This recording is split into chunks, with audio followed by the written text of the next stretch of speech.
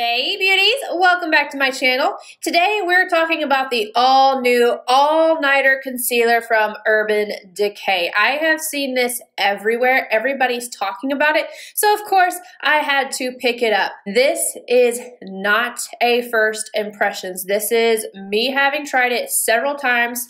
I've got notes on notes over here. I have a lot to talk about because honestly, I hate this concealer. Spoiler alert, it's terrible in my own personal opinion. Let's talk about why. One pro is that the component on it is beautiful. It looks just like the all-nighter foundation with the little metal effects. Beautiful, absolutely beautiful. It is $29. I got mine from urbandecay.com, but it is now also at Ulta.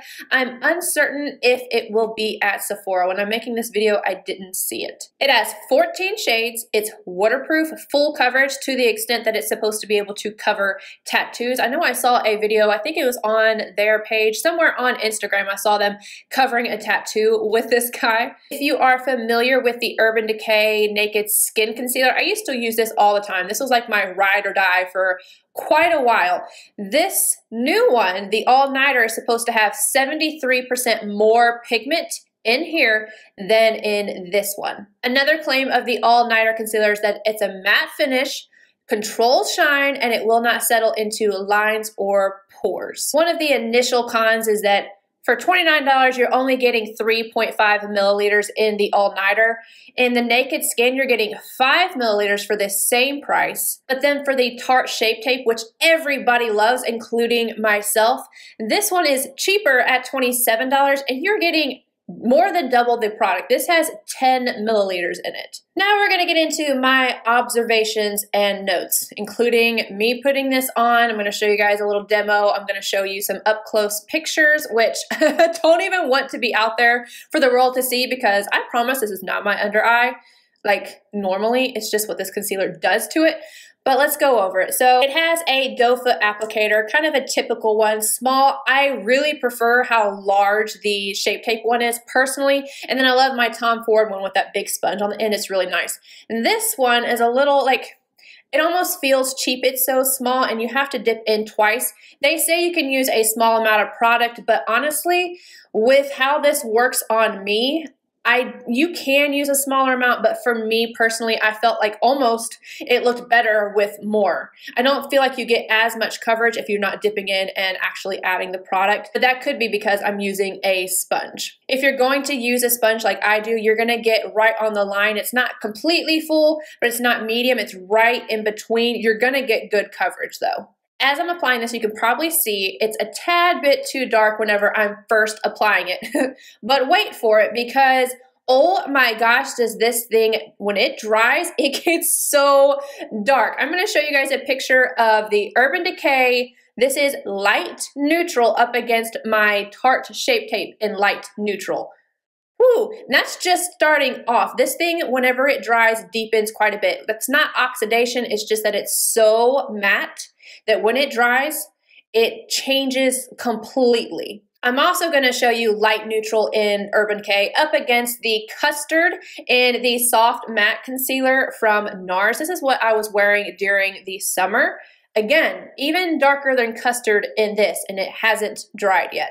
After I did those side-by-side comparisons on my hand, I actually forgot to wipe off the swatches. I noticed how crepey and how dark that Urban Decay got, and I knew I had to do a time-lapse video for you guys. So what I did was I kept that original swatch that had completely dried down, put a new swatch right beside it of the same Urban Decay concealer. Even my daughter was like, what? That's the same concealer? I was like, yeah, can you imagine if that was your foundation and you went out with this shade and came back with that one? Her eyes got so big, it was hilarious. I sat there with my hand and my phone and did a time-lapse video until my fingers started tingling. So it didn't completely dry, but you can see that obviously this thing deepens up so much, and when it fully dries down, which I would say full dry time, if you're not setting it, was about 30 minutes on my hand.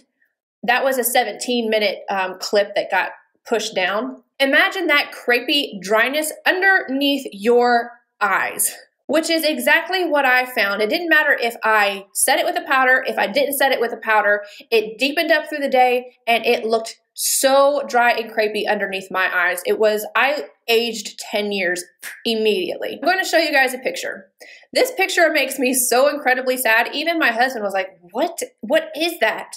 Yeah, that's concealer. My eye, this was after 4 hours of wear. It wasn't that crepey initially. I'll show you guys a little video of initially when I put it on. You can see I look dry underneath my eyes, but not to this extent. And then even when I smile, ooh, it was really bad at the end of the day. When I smile with this stuff on, my eye crinkles up. It's almost like you have glue or tape and it's so dry that I have a lot of disdain for this concealer. I do not like it at all. And you guys know that I don't have very many negative videos out here, and I'm sorry I'm being negative, but I don't like this. Again, this crepiness was there no matter what I did, whether I used a smaller amount, whether I used my usual amount, whether I set it with a powder, whether I didn't set it with a powder, it was there no matter what. And you guys, I take such good care of my under eye. No, I am not a spring chicken. I am in my 30s and my under eye is my biggest concern. But you guys see tutorials close up, pictures online on my Instagram close up. I have little fine lines, but they do not look like, again, I'm going to insert this god-awful picture. On the bright side of things, there are 2 pros that I would say about this concealer. It's definitely waterproof. I wore it to physical therapy one day and I was being a little baby because it was hurting and I cried. Did not move. 100% did not move. And even the swatches after I did the time-lapse video, like I was scrubbing it off. Does not move, which is probably why it is so drying. The other claim of it having shine control, definitely true. I got even less shiny here than I do with my Tarte Shape Tape. However, I'm still going to use the Shape Tape. Personally, as a working makeup artist, I would not suggest this to anyone. It is so dry that even if you have the most smooth under eye, I don't think it's going to look its best. I don't think it's going to look bad on you. If you have normal or oily, smooth under eyes, this is probably going to look just fine. However, looking just fine versus buying something that's going to look better, that is what I mean by I wouldn't suggest it. If I was going to suggest a matte concealer, it would be this one. The Nars Soft Matte Complete Concealer. I actually wore this in one of my recent videos in my Nars Wanted palette review, as well as my favorites. It was when I had that really bright under eye that it was throwing me off. I was wearing Chantilly. This is a matte concealer, but this one actually smooths everything out. It doesn't look crepey at all. So if I'm going to suggest one, it would be this one. All right, you guys, that is it for this semi-rant video on this Urban Decay product. I'm not going to give you guys my last 2 cents because I think you guys know how I feel. And with that being said, if you love this concealer, you've tried it, it's your holy grail, insert the typical disclaimer here. I'm glad you like it. It did not work out for me. All right, you guys, I'll see you guys in my next video. Bye, guys.